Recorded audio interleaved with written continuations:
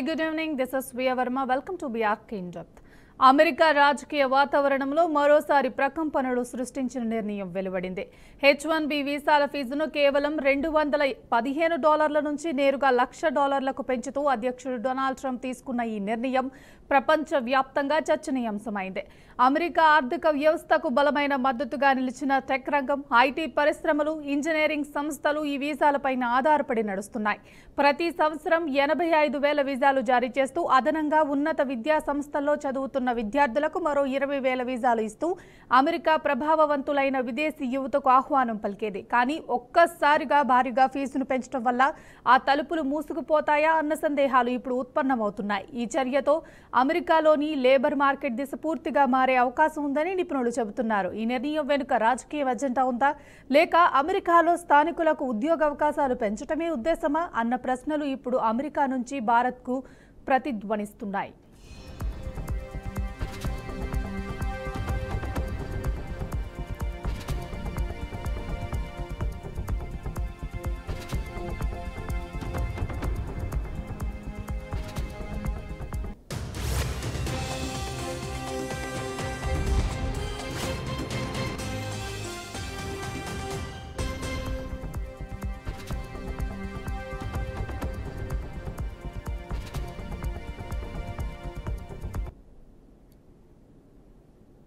Trump నిర్ణయం చుట్టూ ఇప్పటికే రాజకీయ వాతావరణం వేడెక్కింది. అమెరికా ఏటా జారీ చేసే 85,000 H1B వీసాల్లో 64% కంప్యూటర్ రంగానికి వెళ్తున్నాయి.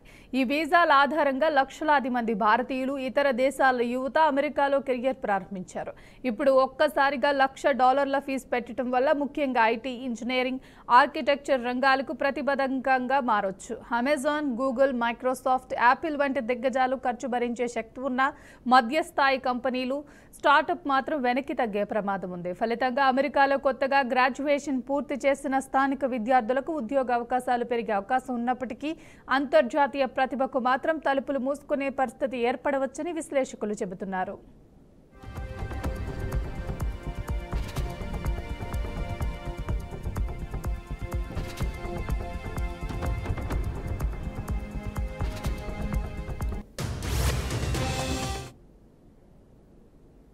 ఇంత పెద్ద పెంపు వెనుక అసలు ఉద్దేశం ఏమిటనేది ఇప్పుడు ప్రధాన చర్చనీయాంశమైంది. అమెరికాలో విదేశీ ఉద్యోగులను అడ్డుకోవటమే ట్రంప్ లక్ష్యమని కొందరు చెబుతుంటే, ఈ నిర్ణయం కోర్టుల్లో నిలవదనే అభిప్రాయాన్ని మరికొందరు వ్యక్తం చేస్తున్నారు. ఇప్పటికే America chamber of commerce, immigration council మాజీ అధికారులు ఈ నిర్ణయంపై ఆందోళన వ్యక్తం చేశారు. కాంగ్రెస్ అనుమతి లేకుండా అధ్యక్షుడికి వీసా ఫీజు $1,00,000లకు పెంచే అధికారం లేదని న్యాయ నిపుణులు స్పష్టం చేస్తున్నారు. మరోవైపు గతంలో వీసాలపై పరిమితులు విధించినప్పటికీ అమెరికాలో కార్మికుల కొరతను భర్తీ చేయలేకపోయారని ఉదాహరణలు గుర్తు చేస్తున్నారు. అందుకే ట్రంప్ ఈ నిర్ణయం అమెరికా ఆర్థిక వ్యవస్థను బలోపేతం చేయగలదా లేదా మరింత కుదేలు చేయగలదా అన్నది ఇప్పుడు ప్రపంచవ్యాప్తంగా చర్చనీయాంశమైంది.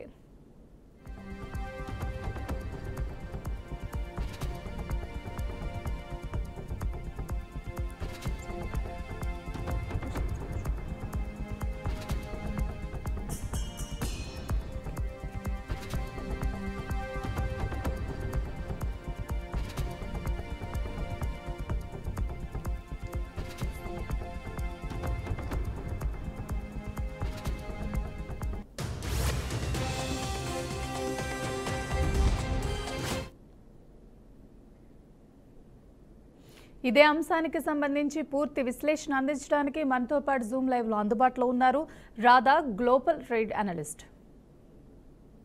Very good. H1B వీసాల ఫీజును $215 నుంచి $1,00,000లకు పెంచిన ట్రంప్ నిర్ణయం వెనుక నిజమైన ఉద్దేశం ఏంటి సార్? ముఖ్యంగా ఇక్కడ ఆలోచన చేస్తే ఒక్కసారిగా ఈ H1B వీసా ఫీజ్ని దాదాపు అంటే మన ఇండియన్ కరెన్సీలో కనుక చూసుకున్నట్లయితే దాదాపు 88 crores అంటే నియర్లీ 188 crores దాకా వెళ్తున్నటువంటి 88 lakhs crores దాకా వెళ్తున్నటువంటి లాక్స్ దాకా వెళ్తున్నటువంటి పరిస్థితి మనకు ఇక్కడ కనిపిస్తుంది. అలాగే ఈ H1B వీసా ఫీజ్నే కాక మిగిలిన రకాల వీసాలపై కూడా అంటే United States of America nearly 180 5 different types of వీసాస్ని జారీ చేస్తున్నటువంటి పరిస్థితి. అయితే చాలా రకాల వీసాపై డైరెక్ట్గా కానీ ఇండైరెక్ట్గా కానీ ఆంక్షలు పెడుతూ వస్తున్నటువంటి పరిస్థితి. అయితే ఎక్కువ శాతం మంది మన భారతీయులు, అంటే నియర్లీ 71% భారతీయులు ఈ H1B వీసా ఆధారంగానే అమెరికాలోని ఉద్యోగిత పొందుతున్నటువంటి సందర్భం మనకు ఇక్కడ కనిపిస్తుంది. అయితే మన భారతదేశం తర్వాత చైనా ఒక 11%తో చైనీస్ ఎంప్లాయీస్ కూడా యుఎస్లో వర్క్ చేస్తున్నటువంటి పరిస్థితి. అయితే చాలామంది భారతీయులు ఎస్పెషలీ గ్రాడ్యుయేషన్ తర్వాత గ్రాడ్యుయేషన్ కోసం అమెరికా వెళ్ళటం జరుగుతుంది. అయితే ఈ గ్రాడ్యుయేషన్ తర్వాత ఈ H1B వీసా ఆధారంగా అమెరికాలోనే ఉద్యోగాలకు పొందే అవకాశం ఉన్నటువంటి సందర్భంలో చాలామంది భారతీయులు ఈ H1B వీసా ఆధారంగా అమెరికాలో ఒక ఎంప్లాయ్మెంట్ కోసం చూస్తున్నటువంటి సందర్భం. అయితే నియర్లీ 71% భారతీయులు H1B వీసాపై ఆధారపడిన సందర్భంలో ఒక్కసారిగా, అంటే మొన్న వచ్చినటువంటి అనౌన్స్మెంట్ ఆధారంగా ఒక్కసారిగా ఈ H1B వీసాపై ఫీజుని పెంచే సందర్భం కూడా మనకు కనిపించింది. అయితే దీంతో ఒక్కసారిగా మన భారతీయ విద్యార్థుల్లోనూ అలాగే H1B వీసా అప్లై చేద్దాము అని అనుకుంటున్నటువంటి ఈ గ్రాడ్యుయేట్స్లోనూ ఒకసారిగా ఆందోళన మొదలైనటువంటి సందర్భం. అయితే ఇక్కడ ఒకసారి చూస్తే ముఖ్యంగా ఈ H1B ఈ వీసా ఏదైతే ఉందో ఇది స్కిల్డ్ ఎంప్లాయీస్ని హైర్ చేసుకునే అవకాశం యునైటెడ్ స్టేట్స్ ఆఫ్ అమెరికాలో ఉన్నటువంటి ఫర్మ్స్కి అవకాశం కల్పిస్తూ ఈ H1B వీసాని తీసుకురావటం జరిగింది.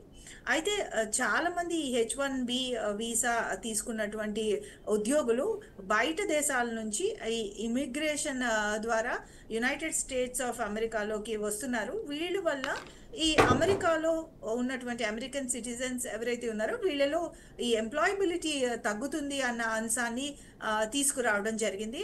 అలాగే మొన్న చేసినటువంటి అనౌన్స్మెంట్లో డొనాల్డ్ ట్రంప్ అలాగే ట్రంప్ యొక్క టీం చెప్పినటువంటి సందర్భం ముఖ్యంగా ఈ H1B వీసా కేటగిరీని ఎక్స్ప్లాయిట్ చేస్తున్నాయి. అలాగే ఇటు ఎంప్లాయీస్ కానీ అలాగే ఫర్మ్స్ కానీ వాళ్ళ ఇచ్చిన నంబర్ కన్నా చాలా ఎక్కువ నంబర్ ఇటు ఎంప్లాయ్ చేసుకోవడం ద్వారా, అంటే ఇమిగ్రెంట్స్ని తక్కువ వేజెస్కి ఎంప్లాయ్ చేసుకోవడం ద్వారా ఈ H1B visa H1B visa purpose ఎక్స్ప్లాయిటేషన్కి గురవుతుంది. అలాగే అమెరికన్ సిటిజన్స్ ఉద్యోగాలు పోతున్నాయి అని చెప్పినటువంటి సందర్భం. అయితే మళ్ళీ మనం ఈరోజు న్యూస్ కనుక చూసినట్లయితే ఈ H1B వీసాపై వెనక్కి వెళ్ళే పరిస్థితి ఉందని మనకు క్లియర్గా అర్థమవుతుంది.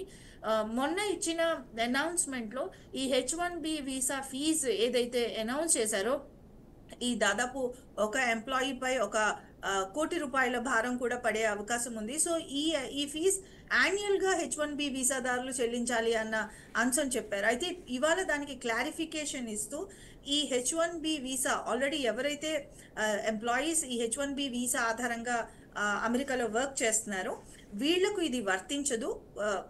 నెక్స్ట్ ఇయర్ నుంచి ఎవరైతే H1B వీసాని అప్లై చేస్తారో వాళ్ళపై మాత్రమే ఈ H1B వీసా ఇప్పుడు అనౌన్స్ చేసినటువంటి H1B వీసా పెంపు అన్నది వర్తిస్తుంది అని కూడా ఈ ట్రంప్ టీం క్లారిఫికేషన్ అయితే ఇచ్చింది. అలాగే ఇది ప్రతి సంవత్సరం ముందు చెల్లించాలి అని చెప్పినటువంటి సందర్భం. అయితే ఇప్పుడు కూడా ఇది ప్రతి సంవత్సరం చెల్లించాల్సినటువంటి అవసరం లేదు. ఇది వన్ టైం ఫీ. ఈ H1B వీసా ఫీ ఏదైతే ఉందో ఇది యాక్చువల్లీ ఒక వన్ టైం ఫీ అన్న క్లారిఫికేషన్ కూడా ట్రంప్ టీం ఇవాళ ఇచ్చినటువంటి సందర్భం మనకు కనిపిస్తుంది. అయితే ముఖ్యంగా ఈ H1B వీసా పెంపు ఇప్పుడు చూస్తుంటే ఇది మన ఎంప్లాయీస్కి, మన భారతదేశం నుంచి వెళ్తున్నటువంటి ఇమిగ్రెంట్స్కి, అలాగే భారతదేశం నుంచి అమెరికాలో ఉద్యోగం చేస్తున్నటువంటి ఎంప్లాయీస్కి ఈ భారం కనిపిస్తున్నటువంటి సందర్భం. అయితే ఇది లాంగ్ రన్లో అమెరికన్ ఎకనామీపై అలాగే అమెరికన్ ఇండస్ట్రియలైజేషన్పై ఎలాంటి ఎఫెక్ట్ చూపిస్తుంది అని ఆలోచిస్తే దీనివల్ల ఇటు భారతదేశ ఎంప్లాయీస్పై పడే భారం కన్నా అమెరికా ఎక్కువగా నష్టపోతుంది అని ఇక్కడ మనం ఒక విశ్లేషణ చేయొచ్చు. ముఖ్యంగా అమెరికన్ ఎకానమీలోని చాలా మంది చాలా ఫర్మ్స్ కానీ ఎంఎన్సీస్ కానీ ఇవి భారతదేశం వంటి ఏషియన్ కంట్రీస్ నుంచి వచ్చే ఈ ఇమిగ్రెంట్ ఎంప్లాయీస్ పై ఆధారపడుతున్నటువంటి సందర్భం కూడా కనిపిస్తుంది. ముఖ్యంగా ఈ స్టెమ్ సెక్టర్స్ అంటాము, సైన్స్, టెక్నాలజీ, అలాగే ఇంజనీరింగ్ అండ్ మ్యాథమెటిక్స్. సో ఈ స్టెమ్ సెక్టర్స్ లోని ఈ ఇమిగ్రెంట్స్ యొక్క నంబర్ ఆఫ్ ఇమిగ్రెంట్స్ 2000లో తీసుకుంటే 1.5 ఉన్నటువంటి సందర్భం. అదే 2019-20 కల్లా 1.5 మిలియన్ ఉన్నటువంటి సందర్భం. అలాగే 2019-20 కల్లా ఇదే ఎంప్లాయీస్ నియర్లీ 2.5 మిలియన్ దాకా పెరిగారు. అంటే సైన్స్, టెక్నాలజీ, ఇంజనీరింగ్, మ్యాథమెటిక్స్లో ఎస్పెషలీ మన భారతదేశం నుంచి వెళ్తున్నటువంటి ఎంప్లాయీస్ చాలా స్కిల్డ్గా, అలాగే వాళ్ళ పొటెన్షియల్, అలాగే వాళ్ళ యొక్క స్కిల్ ఎక్కువగా ఉన్నటువంటి సందర్భం. అంటే నియర్లీ 44.2% పెరిగింది ఈ స్టెమ్ సెక్టర్స్లోని భారతదేశం వంటి దేశాల నుంచి వెళ్ళే ఇమిగ్రెంట్స్ యొక్క శాతం. అలాగే ఓవరాల్ ఐటీ సెక్టర్లో కూడా చూస్తే నియర్లీ 65% ఎంప్లాయీస్ ఈ ఇమిగ్రెంట్సే ఉన్నటువంటి సందర్భం. కాబట్టి ఒక్కసారిగా H1B వీసా హైక్ అన్నది ఇటు ఫర్మ్స్ లో పైన కానీ అలాగే ఎంప్లాయీస్ పై కానీ చాలా భారం పడుతుంది. అయితే దీనివల్ల ఈ అమెరికాలో ఉన్నటువంటి ఈ మల్టీనేషనల్ కార్పొరేషన్ ఫర్మ్స్, ఎస్పెషలీ ఈ ఐటీ సెక్టర్ కానీ ఐటీ అలైడ్ సెక్టర్ కానీ మిగిలిన స్టెమ్ సెక్టర్స్లో ఎవరైతే భారతీయ ఉద్యోగులు లేదా ఏషియన్ ఉద్యోగుల్ని ఎంప్లాయ్ చేద్దాం అనుకుంటున్నారో వీళ్ళ cost of hiring of labour రాబోయే కాలంలో చాలా పెరిగే అవకాశం. బికాజ్ ఇప్పుడు మన ఇండియా నుంచి వెళ్తున్నటువంటి స్కిల్డ్ వర్క్ ఫోర్స్ అందరూ కూడా కంపేర్ టు అమెరికన్ సిటిజన్స్ వాళ్ళు తక్కువ వేజ్కి ఎంప్లాయ్ అవుతున్నటువంటి సందర్భం, అలాగే తక్కువ కంపారిటివ్ అమెరికన్ సిటిజన్ తక్కువ వేతనాలు తీసుకుంటున్నటువంటి సందర్భం మనకు కనిపిస్తుంది.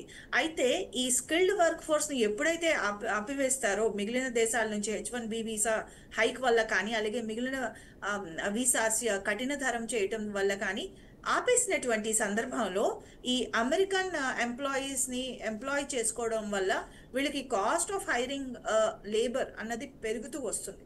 సో ఇది పెరిగే సందర్భంలో ఎప్పుడైతే కాస్ట్ ఆఫ్ హైరింగ్ లేబర్ పెరుగుతుందో దీనిపై భారం అక్కడ ఎంఎన్సీస్ కానీ అలాగే అక్కడ ఉన్నటువంటి ఐటీ సెక్టర్ కానీ తట్టుకోలేనటువంటి పరిస్థితి కూడా మనకు కనిపిస్తుంది. కాబట్టి దీనివల్ల లాంగ్ రన్లో అమెరికన్ ఎకానమీ పై తీవ్రమైన ప్రభావం చూపిస్తుంది. కాబట్టి ఆల్రెడీ మనం 2 రోజుల్లోనే చూసాము, వాళ్ళు చేసిన ప్రకటనని ట్రంప్ అండ్ టీం వాళ్ళే సవరించుకున్నటువంటి అంశం కూడా మనకు కనిపిస్తుంది. కాబట్టి ఆల్రెడీ వాళ్ళు ఈ డెసిషన్తో ముందుకు వెళ్ళరనే ఆశితం. ఒకవేళ వెళ్ళిన సందర్భంలో ఇప్పుడున్నటువంటి అమెరికా మ్యాక్రో ఇండికేటర్స్, ఇన్ఫ్లేషన్ పెరిగిన సందర్భం, అలాగే కాస్ట్ ఆఫ్ లివింగ్ పెరుగుతూ వస్తున్నటువంటి సందర్భం, అలాగే అమెరికాలో ఉన్నటువంటి ఈ పోవర్టీ అండ్ ఎంప్లాయబిలిటీ, అన్ఎంప్లాయ్మెంట్ కూడా పెరుగుతున్నటువంటి సందర్భం. కాబట్టి ఒకవేళ ఐటీ సెక్టర్కి ఇది ఒక పెద్ద blow, because cost of hiring labour force or skilled work force పెరుగుతుంది. సో దీనివల్ల మరింత అమెరికా మ్యాక్రో ఎకానమీపై తీవ్రమైన ప్రభావం చూపిస్తుంది. దీనికి అనుగుణంగానే అమెరికాలో ఉన్నటువంటి డిఫరెంట్ ఛాంబర్స్ ఆఫ్ కామర్స్ కానీ అలాగే మిగిలిన ఈ ఐటీ సెక్టర్ లీడర్స్ అందరూ కూడా ఓపెన్గా ప్రకటన చేశారు. సో ఈ H1B వీసా ఫీ హైక్ అన్నది అంత అమెరికాపై తీవ్రమైన ప్రభావం చూపిస్తుంది అని వాళ్ళ ప్రకటనలో వాళ్ళు చెప్పినటువంటి సందర్భం కూడా మనకు కనిపిస్తుంది.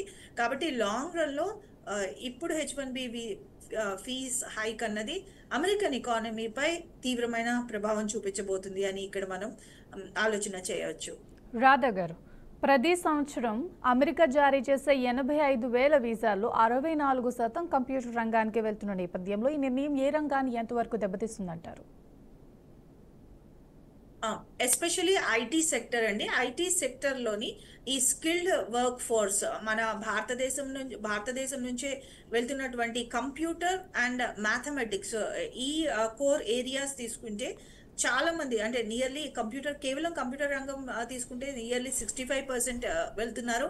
అలాగే కంప్యూటర్ అండ్ మ్యాథమెటిక్స్ ఈ ఫీల్డ్లో కనుక తీసుకుంటే నియర్లీ 45% ఇమిగ్రెంట్స్ పైనే అమెరికన్ ఎకానమీ ఆధారపడుతున్నటువంటి సందర్భం కూడా ఇక్కడ మనకు కనిపిస్తుంది. కాబట్టి ఈ IT sectors and IT firms వాళ్ళలో చూసేది skilled work force plus especially మన భారతదేశం వంటి దేశం నుంచి అమెరికాకి వెళ్తున్నటువంటి సందర్భంలో వాళ్ళు ఈ టెక్నికల్ స్కిల్స్తో పాటు ఇతర professional skills and especially communication skills. మన భారతీయ యువతకు మరొక మంచి పొటెన్షియల్ ఏంటంటే మన వాళ్ళ యొక్క communication skills they are on par or on comparable with American citizens. కాబట్టి ఈ భారతదేశం నుంచి ఈ ఐటీ ప్రొఫెషనల్స్ని వాళ్ళు కూడా హైర్ చేసుకోవడానికి ఆసక్తి చూపిస్తున్నారు. బికాస్ అమెరికన్ సిటిజన్స్ అలాగే అమెరికన్ ఎంప్లాయీస్తో కంపేర్ చేస్తే ఇండియన్ కానీ ఏషియన్ ఎంప్లాయీస్ తక్కువ వేజ్కి అంటే కంపారబుల్లీ తక్కువ వేజ్కి వాళ్ళు హైర్ చేసుకునే పరిస్థితి. కాబట్టి తక్కువ వేజ్కి highly skilled work force and vith good professional and communication skill వాళ్ళకి దొరుకుతున్నటువంటి సందర్భం.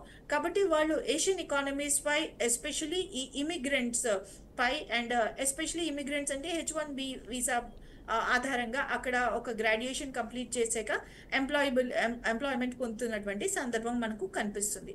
అయితే ఈ ఐటీ సెక్టర్స్ చాలా వరకు ఈ డిఫరెంట్ ఎమర్జింగ్ మార్కెట్ ఎకానమీస్ నుంచి ఇమిగ్రేషన్ ద్వారా అక్కడ వర్క్ చేసేయడానికి వెళ్ళినటువంటి ఎంప్లాయీస్ పై ఆధారపడుతున్నటువంటి సందర్భం కూడా ఇక్కడ మనకు కనిపిస్తుంది. అయితే ఇప్పుడు ఈ H1B వీసా ఫీజు ఇమ్మీడియట్గా హైక్ చేసిన సందర్భంలో ఈ సెక్టర్స్ అన్నీ కూడా ఎస్పెషలీ ఐటీ రంగం పై తీవ్రమైన ప్రభావం చూపిస్తుంది. ఆల్రెడీ ఐటీ రంగం కోవిడ్ తర్వాత అలాగే జియోపొలిటికల్ సిచ్యువేషన్స్ తర్వాత ఐటీ రంగం ఆల్రెడీ ఇట్ ఈస్ ఇన్ ఒక క్రైసిస్ సిచ్యువేషన్ కనిపిస్తుంది ఐటీ రంగంలో. సో దానికి తోడు ఇప్పుడు ఉన్నటువంటి H1B వీసా హైక్ ఏదైతే ఉందో సో ఇది మరింత ఐటీ రంగాన్ని సంక్షోభంలో నెట్టేస్తుంది అనడంలో ఏమాత్రం సందేహం లేదు. Already different chambers of commerce representing IT sector వాళ్ళు ఇదే విషయాన్ని ఇదే స్టేట్మెంట్స్ని యుఎస్లో రైజ్ చేసినటువంటి సందర్భం. అలాగే దీన్ని కూడా అతి త్వరలో డిఫరెంట్ కోర్ట్స్లో United States of America federal కోర్ట్స్లో కూడా ఇదే విధంగా అపీల్ చేసుకునే సందర్భం కూడా కనిపిస్తుంది. కాబట్టి economy would be in loss. ఎకానమీతో పాటు ఐటీ రంగం which is a core and backbone sector of United States of America. So ఇది కూడా తీవ్రమైన సంక్షోభంలోకి నెట్టివేయబడుతుంది అనడంలో ఏమాత్రం సందేహం లేదు.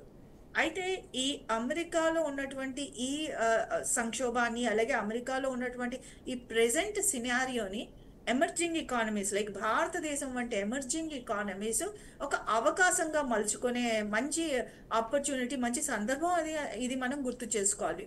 బికాస్ ఇప్పటి వరకు మన ఎంప్లాయీస్ అమెరికాలో వెళ్ళి ఉద్యోగం చేస్తున్నటువంటి పరిస్థితి. అయితే ఇప్పుడు అమెరికాలో ఇదే విధంగా ఈ పాలసీ షాక్స్ అనొచ్చు దీన్ని. సో ఈ policy shocks all of a సడన్గా అనౌన్స్ చేసి ముందుగా 21 కల్లా అమెరికాలో H1B వీసాపై ఉన్నటువంటి వాళ్ళందరూ కూడా తిరిగి అమెరికా రావాలి అని సడన్గా ఈ పాలసీని అనౌన్స్ చేయడం జరిగింది ట్రంప్. కాబట్టి ఈ పాలసీ షాక్స్ అనేవి ఇదే విధంగా మొన్న టారిఫ్ పాలసీ షాక్ చూసాం, ఈరోజు మనం చూసినటువంటిది ఈ H1B వీసా పాలసీ షాక్. కాబట్టి ఇదే విధంగా పాలసీ షాక్స్ ఇస్తూ పోతే అమెరికాలో ఉన్నటువంటి ఐటీ సెక్టర్ ఫర్మ్స్ అయితేనేమి కానీ అలాగే మిగిలిన సెక్టరల్ ఫర్మ్స్ అయితేనేమి కానీ వీళ్ళందరూ కూడా అమెరికా నుంచి రీలొకేట్ చేయాలి అనే ఆలోచన కూడా చేస్తాయి అనడంలో ఏమాత్రం సందేహం లేదు. ముఖ్యంగా ఎమర్జింగ్ ఎకానమీ లైక్ ఇండియా, భారతదేశం వంటి ఎకానమీస్కి రీలొకేట్ చేసే ఆలోచన కూడా IT firms maybe in the coming few years చేస్తాయి అని మనం ఇక్కడ ఒక ఆలోచన చేయొచ్చు. బికాస్ వాళ్ళు రీలొకేట్ అయిన సందర్భంలో మన భారతదేశం వంటి దేశాలలో ముఖ్యంగా మన యంగ్ పాపులేషన్, భారతదేశానికి ఇది ఒక మంచి అవకాశం. ఈ ఇండియన్ యంగ్ పాపులేషన్ అలాగే వీళ్ళు highly skilled work force with good professional and communication skills. So మన భారతదేశంలో ఉన్నటువంటి వనరులు కానీ అలాగే మనం డెవలప్ చేసుకున్నటువంటి ఇన్ఫ్రాస్ట్రక్చర్, బికాజ్ మనకి ఆల్రెడీ ఇన్ఫ్రాస్ట్రక్చర్ అండ్ మన భారతదేశంలో కూడా ఇటు మెట్రోసే కాకుండా రూరల్ ఎకానమీస్లో కూడా ఈ స్టార్టప్ కల్చర్ డెవలప్ అయింది. మనం startup India, skill India campaign, Atmanirbhar క్యాంపెయిన్లో మన స్టూడెంట్స్ని కానీ గ్రాడ్యుయేషన్ కానీ ట్రైన్ చేసినటువంటి పరిస్థితి. అలాగే మనం డిజిటలైజేషన్ రంగంలో కూడా మనం అభ్యున్నతి సాధించాము. దీంతో పాటు మన దగ్గర ఆధార్ అండ్ యూపీఐ వంటి అద్భుతమైన సిస్టమ్స్ని మనం డెవలప్ చేసుకున్నాము. కాబట్టి ఈ అవకాశాన్ని భారత్ వంటి ఎమర్జింగ్ మార్కెట్ ఎకానమీస్ అందుకునే అవకాశం కూడా కనిపిస్తుంది. అలాగే అటు ఎంఎన్సీస్ కూడా ఇలాగే పాలసీ షాక్స్ కనుక కొనసాగితే వాళ్ళు అమెరికా నుంచి భారత్ వంటి ఎకానమీస్లో రీలొకేట్ అయ్యే ఆలోచన కూడా చేసే సందర్భం కూడా ఇది అని ఒక ఆలోచన చేయొచ్చు. రాధా గారు, అమెజాన్, గూగుల్, యాపిల్ వంటి పెద్ద కంపెనీలు ఖర్చు భరించే శక్తి ఉంటుంది. కానీ మధ్యస్థాయి కంపెనీలు, స్టార్టప్ ఈ నిర్ణయాన్ని ఎలా ఎదుర్కొంటాయి అసలు? ముఖ్యంగా ఆల్రెడీ పెద్ద ఫర్మ్స్ కూడా చాలా మంది అంటే ఈ ఫస్ట్ ఈ ఎగ్జిక్యూటివ్ ఆర్డర్ చదువుతున్నటువంటి సందర్భంలో ట్రంప్ అలాగే వాళ్ళ టీం చెప్పిన అంశం ఏమైతే ఉందో ఈ అంశం ఏమని చెప్పారంటే చాలా మంది అంటే 2020 కానీ 2022 కానీ వాళ్ళు కొన్ని కంపెనీస్ని కోట్ చేశారు. పేర్లు అయితే తీసుకోలేదు. కొన్ని కంపెనీస్ని కోట్ చేస్తూ అమెరికాలో ఉన్నటువంటి ఎంప్లాయీస్ని 22,000 మందిని తీసివేస్తే ఇమిగ్రెంట్ ఎంప్లాయీస్ని 25,000 మందిని ఎంప్లాయ్ చేసుకున్నారు. అలాగే మరొక ఉదాహరణ ఇస్తూ వాళ్ళు చెప్పిన అంశం చాలా మంది చిన్న చిన్న ఫర్మ్స్ ఒకవేళ 5,000 ఎంప్లాయీస్ని ఇమిగ్రెంట్స్ H1B వీసా కింద ఎంప్లాయ్ చేసుకుంటాము అని చెప్తూనే చాలా దానికన్నా అంటే 5,000 కన్నా ఎక్కువ మందిని ఈ H1B వీసా కింద ఎంప్లాయీ చేశారు. అంటే ఇప్పటి వరకు ఈ H1B వీసా అని ఈ అవకాశాన్ని చాలా ఫర్మ్స్, ఐటీ ఫర్మ్స్ దుర్వినియోగం చేశాయి. కాబట్టి ఈ కఠిన నిర్ణయాన్ని తీసుకున్నాము అని చెప్పేసి అతను ట్రంప్ తన ఎగ్జిక్యూటివ్ ఆర్డర్లో చెప్పినటువంటి సందర్భం. అయితే ఇక్కడ ఒక ఆలోచన చేయాలి. ముఖ్యంగా ఈ ఐటీ రంగం ఆల్రెడీ ఒక సంక్షోభాన్ని ఎదుర్కొంటున్నటువంటి పరిస్థితి మనం చూసాం.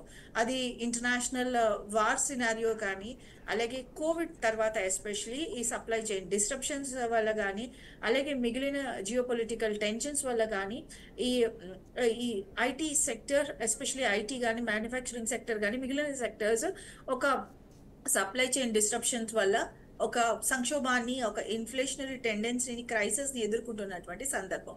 సో ఈ క్రైసిస్ ఎదుర్కొంటున్నటువంటి సందర్భంలో ఈ పెద్ద ఐటీ ఫర్మ్స్ కూడా ఎందుకంటే ఒక్కసారి డ్రాస్టిక్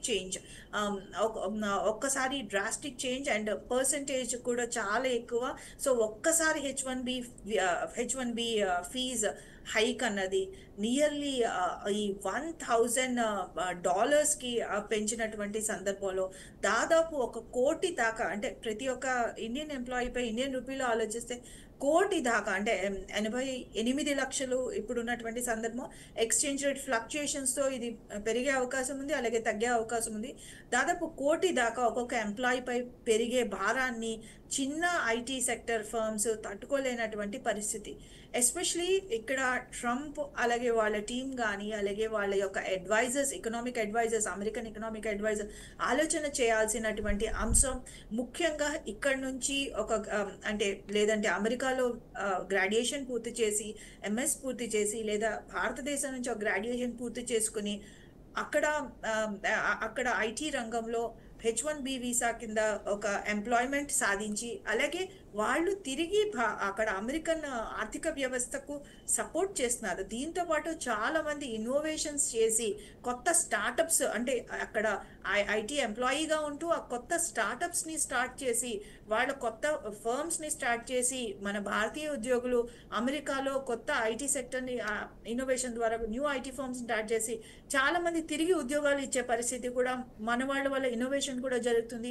అక్కడ ఎంప్లాయబిలిటీ కూడా పెరుగుతుంది. కాబట్టి ఇప్పుడు ఉన్నటువంటి పరిస్థితిలో లార్జ్ స్కేల్ ఫర్మ్స్ అయితేనేమిగా వాళ్ళకి cost of production of service పెరుగుతుంది అన్డౌటెడ్లీ ఈ H1B వీసా హైక్తో. అంటే ఇప్పుడు స్మాల్ చేంజ్ ఏం చెప్పారు అంటే ఇది ఎవ్రీ ఇయర్ ఫీ కాదు, ఒక్కసారి రెన్యూ చేసుకున్నప్పుడే ఈ ఫీ అనే సందర్భం కూడా మనకు కనిపించింది. అయితే ఎనీహౌ ఈ cost of hike of H1B visa చాలా భారం పెరుగుతుంది. అలాగే స్మాల్ ఐటీ సెక్టర్స్ కానీ, అలాగే స్టార్టప్స్ కానీ ఇవి తట్టుకునే పరిస్థితి ఏమాత్రం లేదు. సో దీనివల్ల అక్కడ ఎంప్లాయబిలిటీ పెరుగుతుంది అనే ఆలోచన చేస్తున్నారు. కానీ ఎంప్లాయబిలిటీ పెరిగే కన్నా ఆర్థిక భారం మరింత ఎక్కువ అవుతుంది. సో ఎకనామిక్ గెయిన్ కన్నా ఎంప్లాయబిలిటీ గెయిన్, అమెరికన్ సిటిజన్స్కి ఎంప్లాయబిలిటీ గెయిన్ కన్నా వాళ్ళ యొక్క ఎకానమీ లాస్ మరింత పెద్దదిగా ఉంటుంది అన్న ఆలోచన కూడా ఇక్కడ మనం చేయొచ్చు.